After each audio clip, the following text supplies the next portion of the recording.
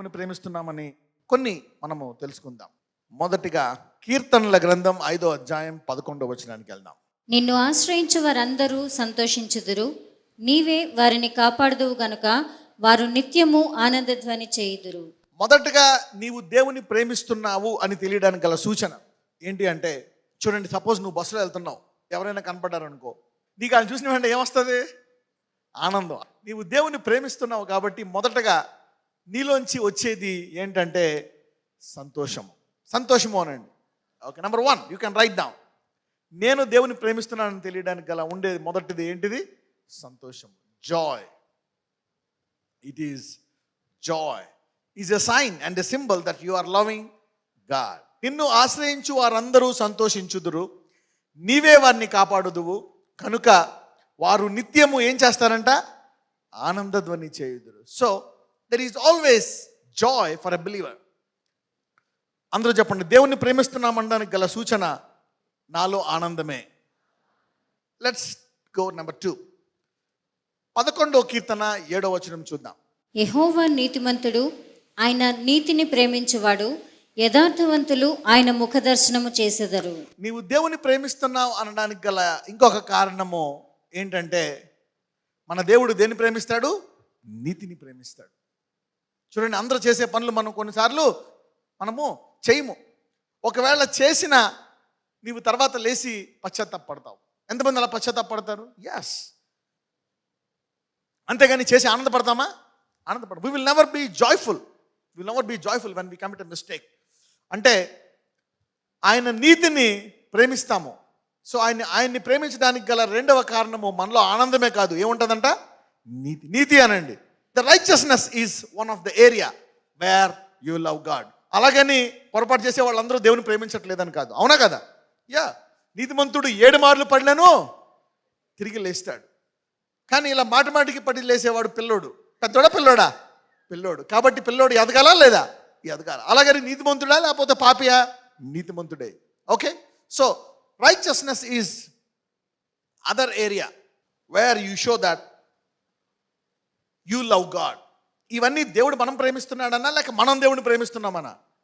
మనము దేవుడిని ప్రేమిస్తున్నామనడానికి మనలో ఉండే సూచనలు ఇవన్నీ కూడా. 3వది చూద్దాం. కీర్తనలు 19వ కీర్తన ఒకసారి 10వ వచనానికి వెళ్దాం. అవి బంగారు కంటెను విస్తారమైన మేలిమి బంగారు కంటెను కోరదగినవి. పొద్దున్న లేస్తే టూత్ పేస్ట్ కాడి నుంచి రాత్రి పడుకునేటప్పుడు ఫ్యాన్ దాకా డబ్బులు కావాలా? You need money. అలాగని ఇవన్నీ నీకు ఇవ్వకపోయినా నువ్వు దేవుడిని మానేసే, ప్రార్థించిన మానేసే, బైబిల్ చదవడం మానేసే అని చేస్తావా? నో. కావాలంటే ఇంకో ఉద్యోగం వెతుక్కుంటాం, ఇంకో దేశం వెళ్తాం, కానీ దేవుని వాక్యాన్ని విడిచిపెట్టాం. అదే చెప్తున్నాడు అనమాట. అవి బంగారు కంటెను విస్తారమైన మెలిపి బంగారు కంటెను కోరదగినవి, తేనె కంటెను జుంటె తేనె దారుల కంటెను మధురమైనవి. సో 3వది, మనము దేవుని ప్రేమిస్తున్నాము అనడానికి గల కారణము, దేన్ని ప్రేమిస్తాం మనము? వాక్యాన్ని. 3 విషయాలు తెలుసుకున్నాం. మనము దేవుని ప్రేమిస్తామనడానికి మొదటిది ఏమొస్తుంది? 2వది నీతి, 3వది వాక్యం. We love his word. దీన్ని బట్టి ఇప్పుడు ఎంతమంది దేవుని ప్రేమిస్తున్నారని అర్థమవుతుంది. These are there in you. Let us see. ఒక్కొక్కసారి మనకి బ్లెస్సింగ్స్ వస్తాయి, కరెక్టే, వీ గెట్ బ్లెస్సింగ్స్. ఒక్కొక్కసారి కష్టాలు వస్తాయి. నాకు తెలిసి చాలామంది లాభాలు ఉన్నప్పుడు బాగుంటారు, కానీ కష్టాలుండి అప్పులు పాలైపోయి ఎంత దారుణంగా ఉన్నా సరే వాళ్ళు దేవుని ప్రేమించడము మానరు. చూడండి, ఒకసారి హబక్కూకి వెళ్దాం. 3వ అధ్యాయము 17, 18. అంజూరపు చెట్లు పూయకుండినను, ద్రాక్ష చెట్లు ఫలింపకపోయినను, ఒలీవ చెట్లు కాపులేక ఉండినను, చేనిలోని పైరు పంటకు రాకపోయినను, గొర్రెలు దొడ్డిలో లేకపోయినను, సాలలో పశువులు లేకపోయినను, నేను యెహోవా యందు ఆనందించెదను. అంటే దేవుని ఆనందము మరి ఆశీర్వాదంతో సంబంధం ఉందా? ఉంది. కానీ అది ఉన్నా లేకపోయినా ఆనందం అనేది ఉంటుంది. అంటే this joy is not based on the blessing. Next 19వ కీర్తన 11వ వచనం. వాటి వలన నీ సేవకుడు హెచ్చరిక నొందును. వాటి వలన వాటిని ప్రేమించడమే కాదు, దానివల్ల ఏమొస్తుందంట మనకి? హెచ్చరిక. అంటే హెచ్చరిక అంటే, అమ్మో ఇవి చేయకూడదు, పలానా వ్యక్తిని చేసుకోకూడదు, పలానావి చేయొచ్చు, పలానావి మనం చేయకూడదు, పలానావి తప్పు అని మనకి తెలుస్తుందండి. చదవండి. వాటిని గైకొనుట వలన గొప్ప లాభము కలుగును. వాళ్ళకి ఏం తెలుస్తుందంట? దీన్ని గైకొనటం వల్ల ఏం కలుగుతుందంట? ఈరోజు ఎవరైతే వాక్యం వింటున్నారో నీ సమయం ఏది వృధా కాదు, గొప్ప లాభము నీకు కలుగుతుంది. So everybody who loves God will know. So everybody who loves God is a Bible reader and he knows that God will reward him.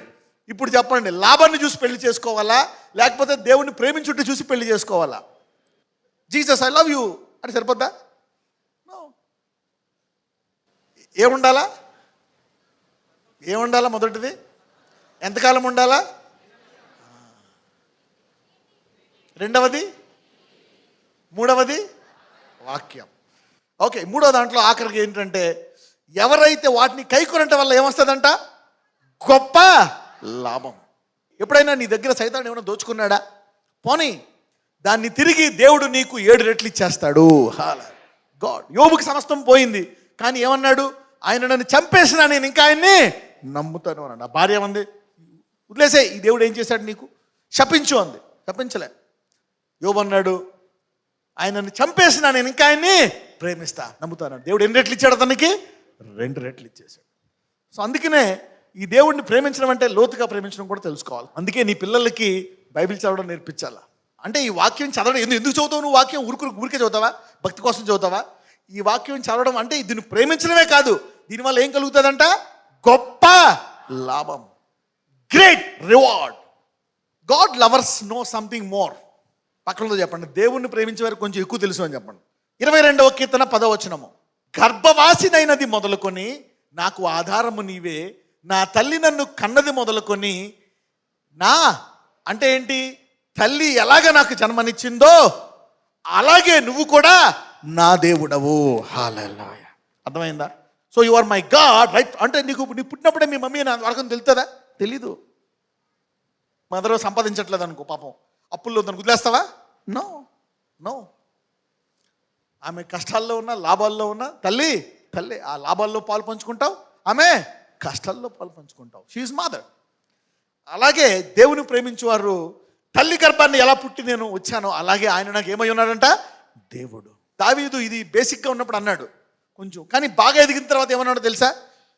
నేను పుట్టక ముందే నా ఎన్ని కూడా నీకు తెలుసు అంటాడు. So he knows that he loves that God has a relationship with him before his mother. అందుకే అంటాడు, తల్లి అయినా విడిచిపెట్టిన కానీ తండ్రి విడవడంట. నువ్వు ప్రేమిస్తున్నావంటే నీకు ఆయన గురించి లోతుగా తెలుసు. బాగుంటేనే నేను ప్రేమిస్తాను, బాగోపోతే ప్రేమించను. అందుకనే దేవుడు అప్పుడప్పుడు పరీక్షిస్తాడు. నేను పరీక్ష అనండి, నీ ఆరోగ్యం అటు ఇటు అవ్వచ్చు, కొన్ని ఇబ్బందులు జరగవచ్చు, కొన్ని రావచ్చు, రావచ్చు. కానీ ఇలా కష్టాల్లో ఉండి నిన్ను శోధించి రోగాలు తెచ్చి నీకు అప్పులు ఇచ్చి శోధించడం దేవుని చిత్తమా? కాదు. అది సైతానుడే చేస్తాడు, కానీ దేవుడు పరీక్షించి చూసి మళ్ళీ నీకు ఇచ్చేస్తాడు. నాలుగోది ఏం తెలుసుకున్నాం మనము? నాలుగోది ఏం తెలుసుకున్నాము? తల్లి మనల్ని ఎలా కన్నదో అలాగే ఆయన కూడా మనకి దేవుడు. 26వ కీర్తన 3వ వచనము, నీ కృప నా కన్నుల ఎదుట నుంచుకొనిచున్నాను, నీ సత్యమును అనుసరించి. సో ఇప్పుడు మనం ఆయన్ని ప్రేమిస్తున్నాము గనక ఆయన మనకి కృప ఇచ్చాడు. దేవుని ప్రేమిస్తున్నామనడానికి గల సూచన, నువ్వేం చేస్తావు? నువ్వు దేన్ని బట్టి నడుచుకుంటావు? సత్యం. You follow the truth. You follow the truth. You just follow the truth.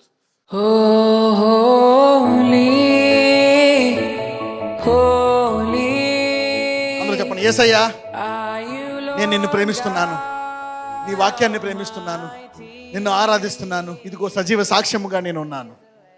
అయితే నువ్వు నన్ను ప్రేమిస్తున్నావు కనుక ఆ లాభాలు నాకు కావాలా, ఆ ఆశీర్వాదాలు నాకు కావాలా. నన్ను విశాలమైన స్థలంలో పెట్టు, నీ సాత్వికము ద్వారా నన్ను గొప్ప చేయి, నీ రక్షణానందము కలిగజేయి, అధిక కృపతో నన్ను నడిపించు, ప్రతి ఉదయము నన్ను తృప్తిపరచు. నువ్వు నన్ను ప్రేమిస్తున్నావు కనుక నన్ను అభిషేకించు. నా సమస్యలను జయించి పైకి రావడం కోసం నన్ను అభిషేకించు. శత్రువుని తప్పించుకోవడానికి నన్ను అభిషేకించు. ఈ భూమి మీద శత్రువుని జయించడానికి నన్ను అభిషేకించు. ప్రతి ఒక్కళ్ళ దేహములో ఈ వారు యేసుని ప్రేమించినటువంటి ఆశీర్వాదాలు కలుగునట్లు అధిక కృపను దయచేయమని ప్రార్థిస్తున్నాము తండ్రి.